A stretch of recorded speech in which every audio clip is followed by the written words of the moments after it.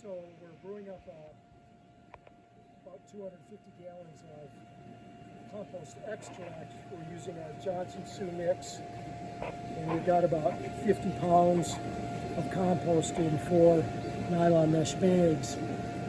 And we're bubbling into the bags, and we're also bubbling into the tote, which you can see.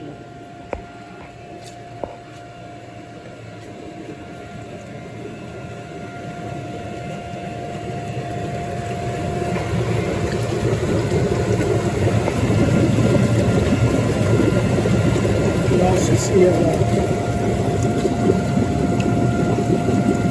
nylon mesh bags.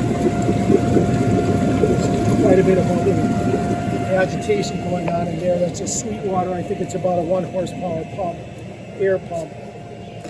And we'll bubble that for maybe 30 minutes or so. Every once in a while I might reach in and kind of agitate the bottom of the bags just to get material that's sitting off on the sides into the mix.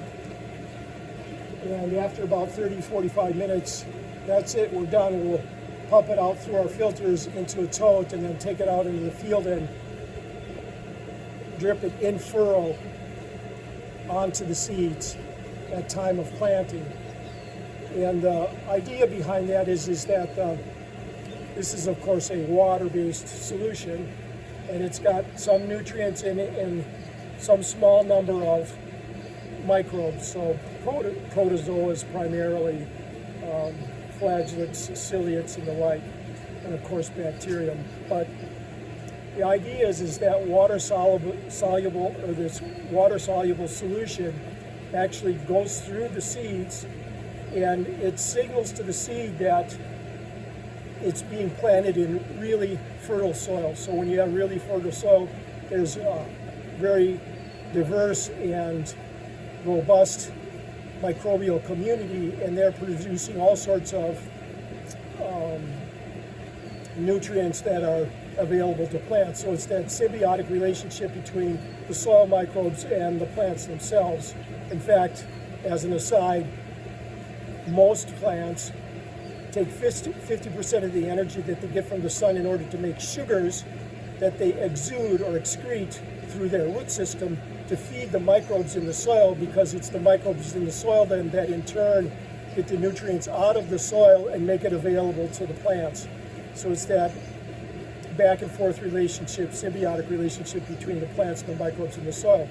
Anyway, the idea is that we're dripping a very small amount of nutrient and biologically informed water on the seeds, and the seeds think, wow, I'm being planted into a really fertile soil. So when they come up, they're already geared toward producing a lot of sugars and exuding it through their roots, thinking that there's this very diverse and rich microbial community there, even though there may not be.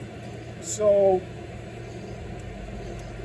the soil then starts exuding sugars, and like in the movie Field of Dreams, if you build it, they will come. It exudes the sugars, and that actually builds up the microbial community, which then improves soil fertility and increases the yield as well as the health of the plant. So that's what we're trying to do here. I've talked to farmers out west that have fairly large farms, over 1,000 acres, and they're seeing a 50% reduction in fertilizer use, and this is on conventional farming. Now, we're doing it in an organic situation, so we're already putting a lot of compost out on our soils. Are we going to see the kind of benefits they're seeing? I don't know. Also, there's the challenge of making really good compost. So we've tried last year to make what we understand to be a good Johnson Sioux mix, and we actually had that cooking throughout the year in the bottom of the barn where it stayed warm, and we were wetting it and so on. You can read about the Johnson Sioux method. But it also has to do with having a really, really diverse microbial community in that compost, according to Professor Johnson.